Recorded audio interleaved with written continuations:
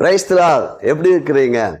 உங்களுடைய வாழ்க்கையிலே உங்களுடைய குடும்பத்தில் அநேக சாபங்கள் இருக்கலாம், பலவிதமான வேதனைகள் இருக்கலாம், நெருக்கங்கள் இருக்கலாம். நடுவிலே சந்ததியின் ஆசீர்வாதத்தை நீங்கள் பெற்றுக்கொள்ள வேண்டும். நீங்கள் கர்த்தரிடத்தில் முழு நம்பிக்கையோடு நீங்கள் கடந்து வரும்போது உங்களுடைய தலைமுறை சாபங்களும் நீங்கள் உங்களுக்கு இட்ட சாபங்களும் அனைத்து சாபமும் கல்வாரி சிலுவையிலே இயேசு கிறிஸ்து ஏற்றுக்கொண்டான். 3:13-14 சொல்கிறது, மரத்தில் தூக்கப்பட்ட எவனும் சபிக்கப்பட்டவன் என்று எழுதியிருக்கிறபடி கிறிஸ்து நமக்காக சாபமாகி நியாயப்பிரமாணத்தின் சாபத்துக்கு நம்மை நீங்களாக்கி மீட்டு கொண்டார். ஆபிரகாமின் ஆசீர்வாதத்துக்குள்ளே கொண்டு வந்தார். பாருங்கள், ஒரு குடும்பத்திலே மிகுந்த எதிர்பாராத அநேக சம்பவங்கள் நடந்தது. ஆனால் அந்த குடும்பத்தில் ஒரு சகோதரன் கர்த்தரை நோக்கி துதிக்க ஆரம்பித்தான்.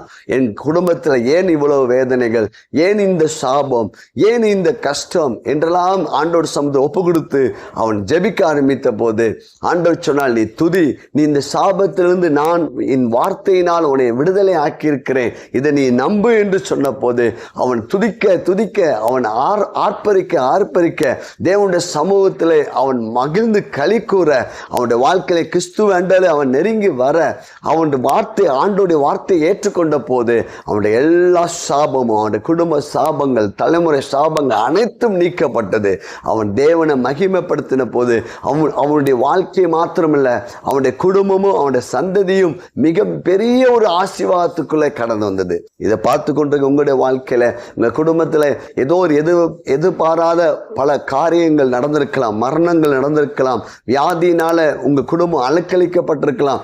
ஏன் என் குடும்பத்தில் இவ்வளவு சாபம், ஏன் என் குடும்பத்தில் இவ்வளவு பிரச்சனை என்றெல்லாம் நீங்கள் சொல்லி மனம் வேதனையோடு கூட நீங்க இருக்கலாம். ஆனால் அந்த எல்லாவற்றையும் ஆண்டோடைய கரத்தில் ஒப்பு கொடுத்து பாருங்கள். உங்களுடைய எல்லா சாபத்தையும் கல்வாரி சிலுவையில இயேசு கிறிஸ்து ஏற்றுக்கொண்டார் என்று விசுவாசிங்கள். கலாத்தியர் 3:13-14 விசுவாசிங்கள். இனி நீங்கள் அலக்களிக்கப்படுவது இல்லை. உன்னதங்களிலே ஆவிக்குரிய சகல ஆசீர்வாதத்தினாலும் கர்த்தர் நம்மை ஆசீர்வதித்திருக்கிறாருங்க. உங்களை ஆசீர்வதிக்கிற கிறிஸ்து உங்களுக்குள்ள இருக்கிறார். இனி உங்களுடைய வாழ்க்கை போகையிலும் வருகையிலும் நீங்கள் ஆசீர்வதிக்கப்பட்டவர்கள். உங்களுக்கு இனி சாபம் இல்லை.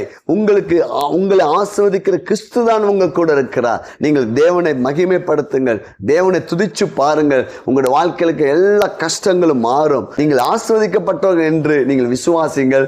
நீ ஆசீர்வாதமா இருப்பாய் என்ற வார்த்தையை உங்களுக்கு நேரான தீர்க்க தரிசனமாய் சொல்லுகிறேன். நிச்சயம் கர்த்தர் உங்க வாழ்க்கைக்கு எல்லா நெருக்கடியை நீக்கி உங்களை ஆசீர்வாதத்துக்குள் நடத்துவார்.